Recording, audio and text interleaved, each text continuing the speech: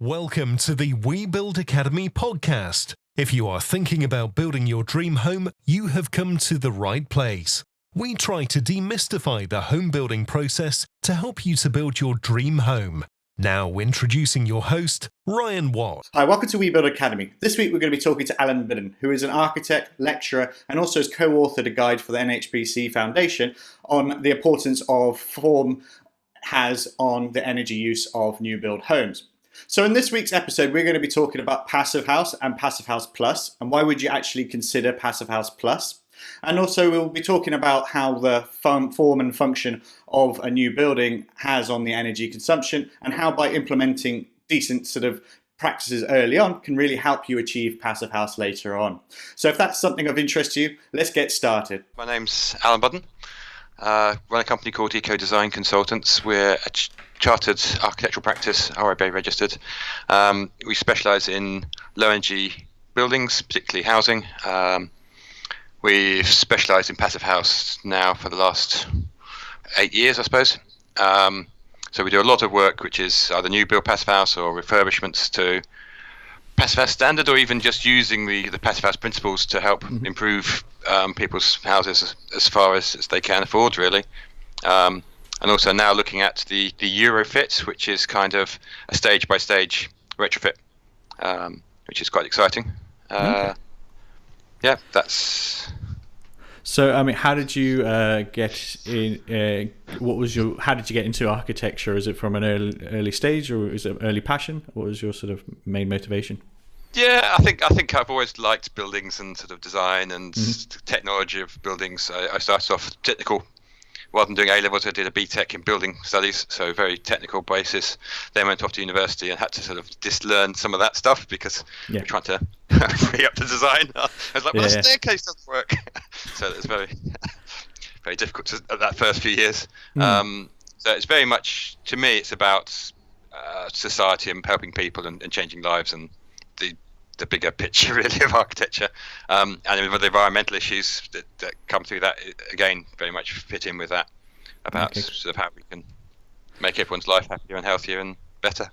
Yeah, because you were saying before we started recording is that you got 7 points to consider. Did you want to just quickly run through that sort of main thing? Yeah, if I can remember them all. Yes. There will be a test afterwards. I mean, it's basically the Passivhaus Principles, really. Yeah. But it's understanding those and going through them with every project and every house.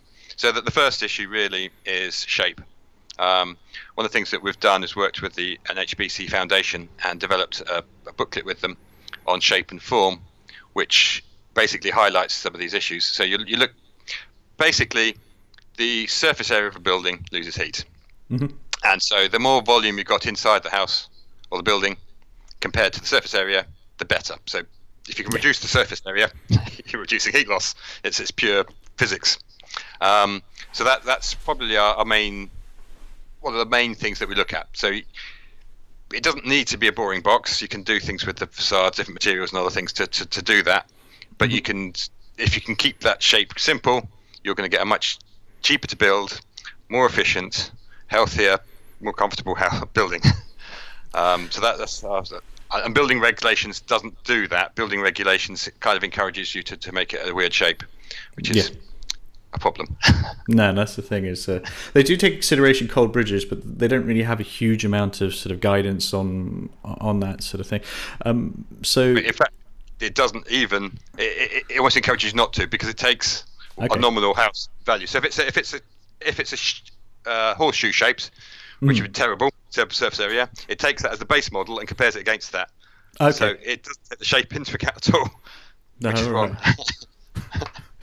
Yeah, I think that I think the one thing I'd always try and suggest is that building regulations is like at the bare minimum. You don't actually want to design your home to the bare minimum if you're going through that whole entire process. So in terms of moving, you said more onto the Passivhaus Principles and picking on that. Is there anything particular?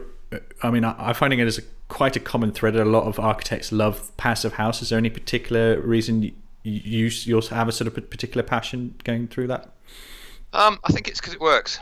I think there's been a lot of, I've done co-sustainable homes and all sorts of other stuff in the past, and there's always that performance gap between what happens and it kind of works. And I think the other really good thing about it is the health side of it, the comfort side, the fact that you've got a draft-free, comfortable environment. The air quality and the feeling is different. It's difficult. You have to go and visit one. I encourage people to go and stay in one or visit one, and Passivhaus open days and all those things. Yeah. Until you experience it, you don't understand it. I think my in-laws came to one of our first openings, Passivhaus, and they were very sceptical about the whole thing. I was like, well, I'm not sure I want to go inside because I'm going to suffocate because it's so airtight. and afterwards, it was very different because it was like, yeah, this is normal. It's nice. So it's difficult to pin it down. So to me, it's that quality inside that's right. The fact that it also reduces carbon and fuel bills is also great. Yeah. So I mean, that's what I try. And with Passivhaus, it's a level of quality rather than it does help reduce the your heating bills obviously quite considerably. But the main, what you were saying is that main motivation should be a level of design quality, and you are ticking a lot more boxes than what building regulations does. So I think you mentioned you did a recent project. Did you want to quickly run through that? Yeah. I think it's taking kind of the next step. So we've done Passivhaus, and so this is one of the third in the country, I think, maybe fourth, Passivhaus Plus. Okay. So on this house, we basically had some clients who came to us, and they were looking to downsize. And I say downsize, but what they really mean is moving things, down, down from upstairs to downstairs. So it's very much about having more living accommodation, so places to bigger office space and places to socialise and do those things, rather than having lots of bedrooms. Okay. And also having options of having a bedroom downstairs, so in case you need to convalesce or do something like that, then you've got that space. So we took they'd previously failed to get planning with the previous architect. It was very big and bulky and in their back garden, so that's kind of why they didn't get it. So we developed a much lower building for them. Okay. That gave them all that space. Had some bedrooms upstairs, which they currently use, and also at a later date the family can use and stuff when they come to visit and stuff if that's what is needed. Yeah, that turns out. So, and the other thing with that, we then developed, because we had large roof space, because it's basically majority of it's single story, but there's a two-story third to it. A full roof of PV. So we've basically got all the roof space is covered in PV, which is an integral system by GB Sol.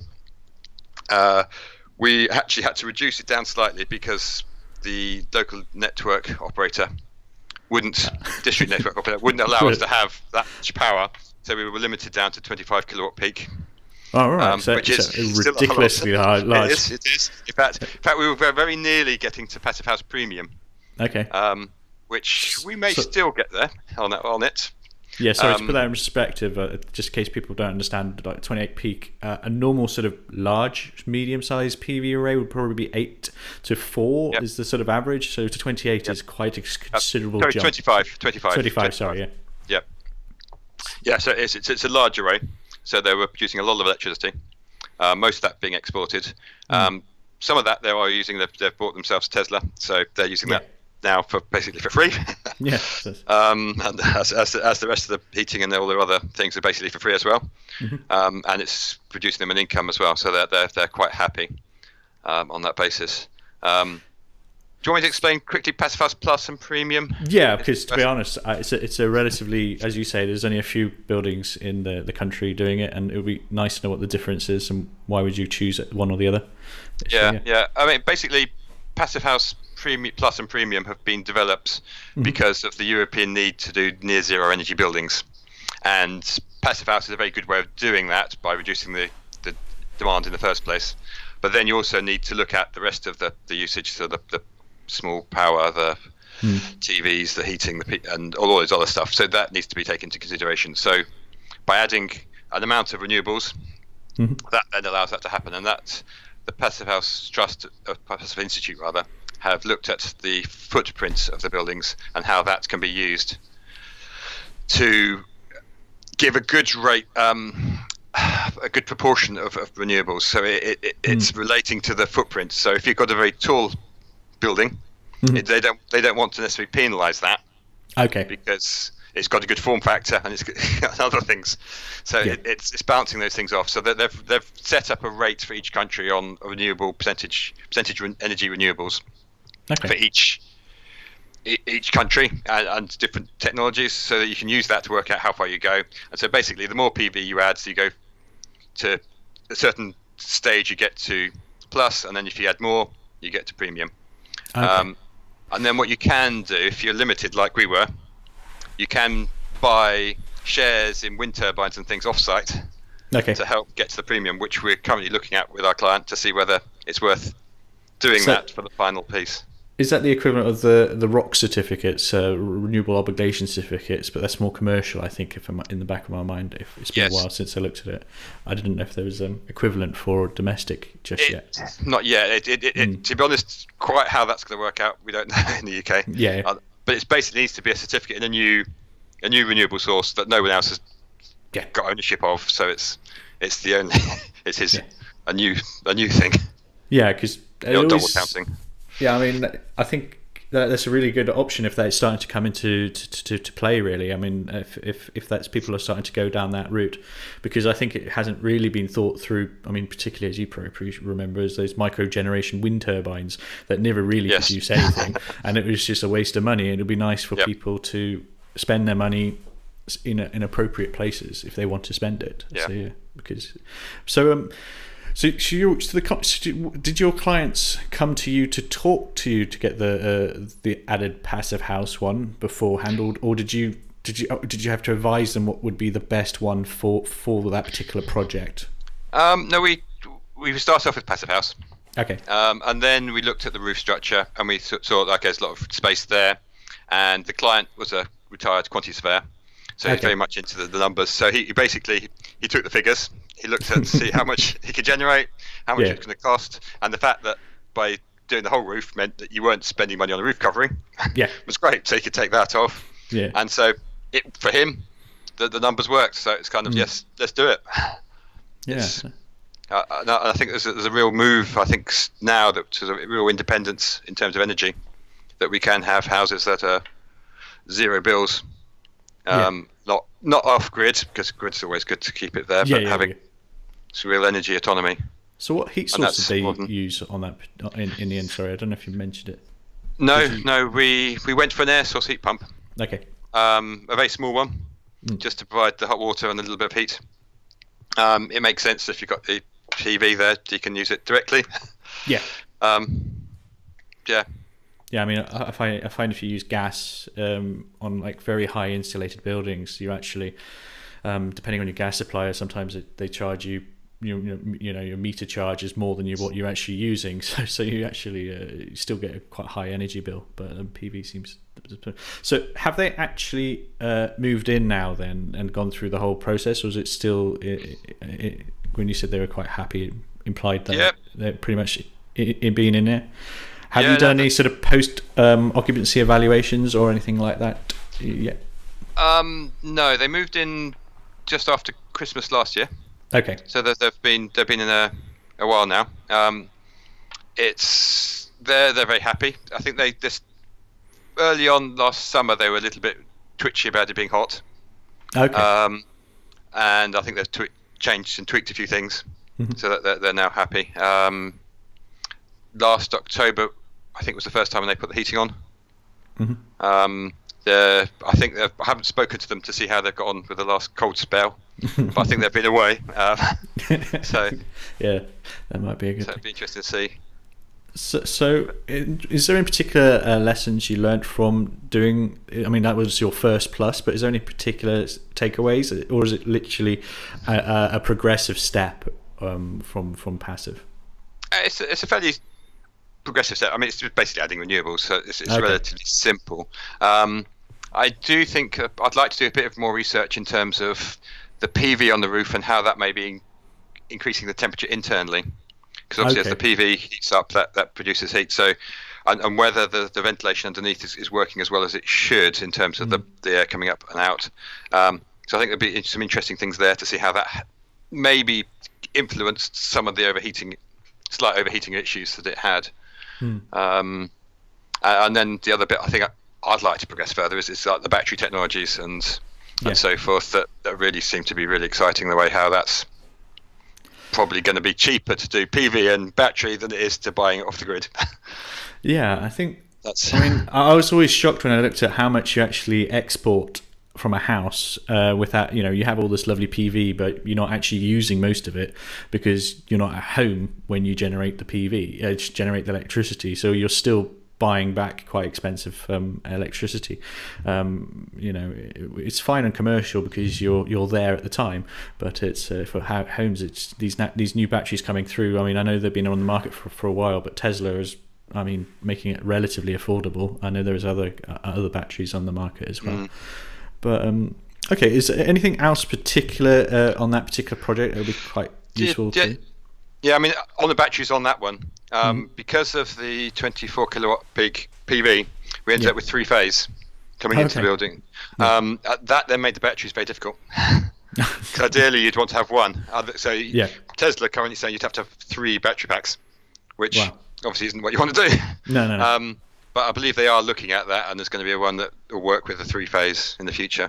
And how that then connects back to the electric car and all those things, all that technology is kind of coming. In theory, you plug in your electric car and it'll help lob the peak sort of time when everyone gets home to to plug in their kettles and stuff like that. That's where we were getting. So if we can move on over to the sort of major sort of tip sort of section, if I was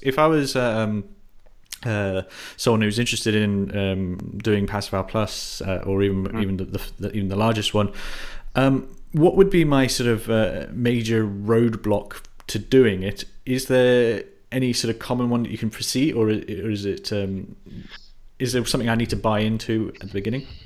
It's probably looking at to see what your district network operator will allow you to have, and whether you need the power station license. Because if you want to export it to the grid, you're going to be limited. The batteries can come into that and help top it off and do other things with it, but that's probably the biggest limitation I see of getting to Passivhaus Premium. Because a lot of the sites are quite rural and don't have 3-phase in the area. If you had to bring it to site, it would be very expensive. You might have a single phase. That might limit your design capabilities. Yeah, and even if you have the network might not be able to take it. I think in Cornwall they're limiting stuff now. So that's getting too much renewables on site. Exactly. So that's probably one of the first. That's probably one of the best sort of news you can actually start getting is that now we're getting too much free renewables for the electrical grid, and they're just having not enough to do it. But